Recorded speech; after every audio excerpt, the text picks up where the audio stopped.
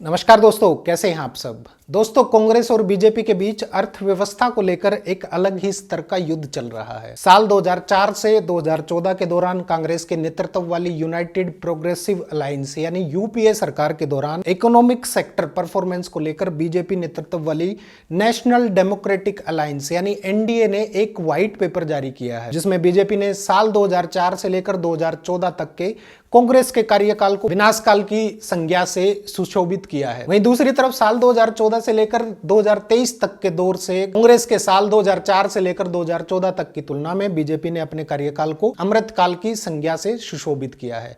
हालांकि इस white paper में बेरोजगारी और महंगाई के आंकड़े भी डाल देते तो थोड़ी और ज्यादा प्रभाव पड़ता। खैर, अपनी लस्सी को कौन खट्टी बताता है। अब वहीं दूसरी तरफ एनडीए के इस व्हाइट पेपर के जवाब में कांग्रेस ने 10 साल अन्याय काल के नाम से एक ब्लैक पेपर जारी किया है, जिसमें 2014 से लेकर 2024 तक के बीजेपी के अमृतकाल की नींव खोदने की कोशिश की है। दोस्तों, इन दोनों ही दस्तावेज में 50 से 60 पन्नों में आंकड़े और चार्ट की मदद से कांग्रेस और बीजेपी ने एक दूसरे पर आरोप और दावे किए हैं। व्हाइट पेपर और ब्लैक पेपर की कॉपी का लिंक मैंने डिस्क्रिप्शन में डाल रखा है। किसी को गहन पठन करना है तो वो वहां से जाकर उसको पढ़ सकते हैं। कांग्रेस का कहना है कि उनका ब्लैक पेपर सत्ताधारी सरकार बीजेपी के आर्थिक, सामाजिक और राजनीतिक अन्यायों पर केंद्रित है, जबकि बीजेपी सरकार का श्वेत पत्र यूपीए सरकार की केवल आर्थिक गलतियों पर रोशनी डालने तक सीमित है। ये और ज्यादा बेहतर होता अगर यहां कृषि क्षेत्र को लेकर भी प्रकाश डाला जाता। तो अर्थव्यवस्था को लेकर कांग्रेस का कहना है कि पीएम मोदी का कार्यकाल भारी बेरोजगारी, नोटबंदी और आधे अधूरे तरीके से जीएसटी व्यवस्था लागू करने जैसे विनाशकारी आर्थिक फैसले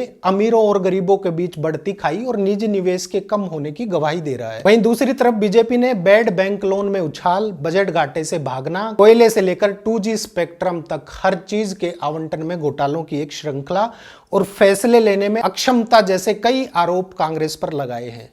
बीजेपी का कहना है कि ऐसे फैसलों की वजह से देश में निवेश की गति धीमी हुई है और वो गति इतनी धीमी हो गई है कि बीजेपी सरकार 10 साल में भी उसको धक्के मारकर गति प्रदान करने की कोशिश ही कर रही है, लेकिन शायद गति नहीं बन पा रही है। इसलिए प्रधानमंत्री मोदी अगले 5 साल और मांग रहे हैं अच्छे रिजल्ट देने के लिए। हालांकि विश्लेषकों की माने तो दोनों ही पार्टियां एक दूसरे के बारे में जो दावे कर रही है वो कुछ हद तक सही भी है। ऑब्जर्वर रिसर्च फाउंडेशन के मिहिर शर्मा का कहना है कि दोनों ओर के आरोपों में कुछ सच्चाई है। दोनों ने कुछ बुरे फैसले भी लिए हैं, जैसे कांग्रेस ने टेलीकॉम और कोयले को लेकर और बीजेपी ने नोटबंदी को लेकर। लेकिन बावजूद इसके यूपीए बनाम एनडीए के 10 वर्षों के आर्थिक आंकड़ों की अगर तुलना की जाए तो दोनों के कार्यकाल में परफॉर्मेंस को लेकर मिलीजुली तस्वीर सामने आ रही है। अब अगर आर्थिक विकास की बात करें तो यूपीए के 10 सालों के दौरान अगर 2008 और 2009 के वैश्विक संकट को छोड़ भी दे तो औसतन जीडीपी 8.1% थी। वहीं एनडीए के 10 साल के शासन के दौरान औसतन जीडीपी 7.1% रही है, जिसमें 2020-21 के दौरान का जो कोविड महामारी का समय था वो हटा दिया गया, वो इसमें नहीं जोड़ा गया है। लेकिन यहाँ इस सच को भी नहीं नकारा जा सकता कि भारत की अर्थव्यवस्था पर वैश्विक आर्थिक संकट के मुकाबले कोविड महामारी के कहर का असर ज्यादा था।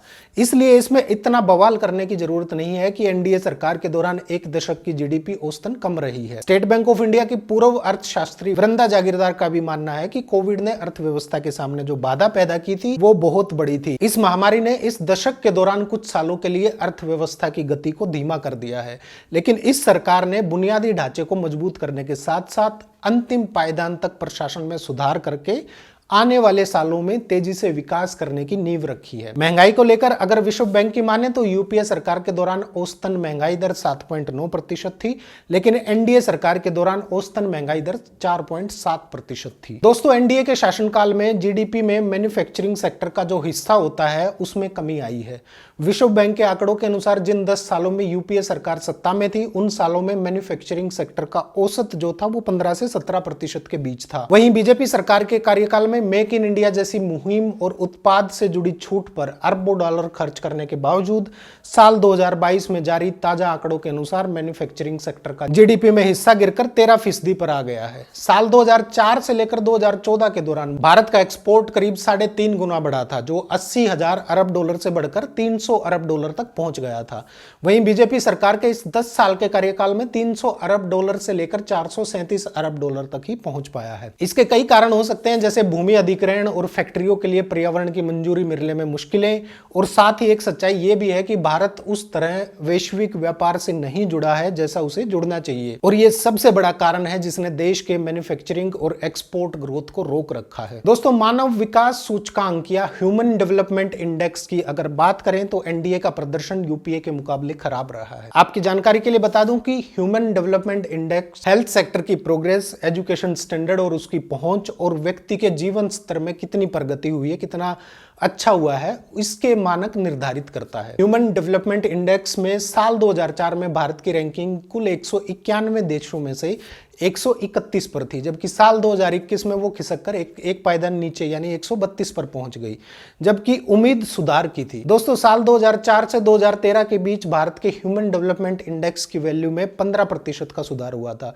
जबकि यूएनडीपी यानी the United Nations Development Programme के ताजा आंकड़ों के अनुसार साल 2014 से 2021 के बीच ह्यूमन डेवलपमेंट इंडेक्स में केवल 2% का सुधार हुआ है। और अगर कोविड महामारी के 2 सालों को छोड़ भी दिया जाए तो भी साल 2019 तक ह्यूमन डेवलपमेंट इंडेक्स में यूपीए के 5 सालों में 7% का सुधार हुआ था, जबकि एनडीए के 5 सालों में केवल 4% का ही सुधार देखने को मिला है। कुल मिलाकर ह्यूमन डेवलपमेंट इंडेक्स में भारत की रैंकिंग गिरी है, और इस बात को लेकर भारतीय रिजर्व बैंक के पूर्व गवर्नर रघुराम राजन ने भी अपनी चिंता जाहिर की थी। अपनी चिंता में उन्होंने कहा कि फिजिकल कैपिटल बनाने में बहुत समय खर्च किया गया है, लेकिन ह्यूमन कैपिटल बनाने में स्वास्थ्य और शिक्षा जैसे क्षेत्रों में सुधार करने पर अधिक ध्यान नहीं दिया गया।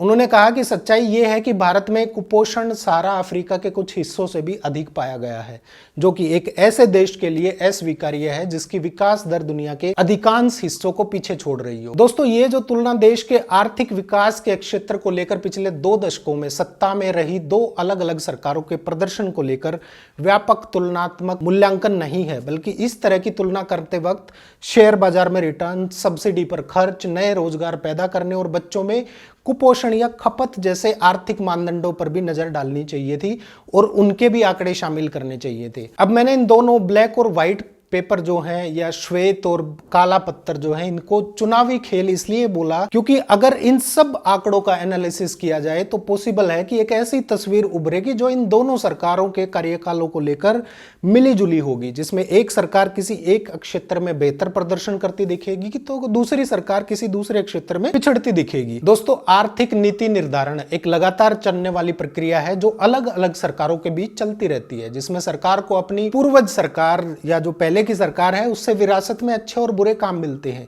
कभी कभी एक सरकार द्वारा की गई पहल या उठाए गए कदमों को उसके बाद आने वाली सरकार आगे बढ़ाती है और मजबूत करती है। उदाहरण के तौर पर आधार कार्ड वाला ये जो सिस्टम है इसको देख लो। आधार पर जो पहचान की जो व्यवस्था थी वो 2009 में यूपीए के कार्यकाल में लाई गई थी, लेकिन इसे मजबूत मोदी जी कर रहे हैं। ये सभी कारण आर्थिक मामलों में विश्लेषण को ब्लैक एंड व्हाइट तक सीमित करने की कोशिश को नाकाम साबित करते हैं, और सच यही है कि इस मामले में सच्चाई इन दोनों के बीच ही कहीं छिपी हुई है। इसलिए इस राजनीतिक ड्रामे में शामिल ना होकर ये देखकर वोट दें कि सरकार आपको कितना फायदा पहुंचा रही है, आपके लाइफस्टाइल, इनकम में कितनी वृद्धि हुई है और महंगाई या बेरोजगारी में कितनी कमी आई है।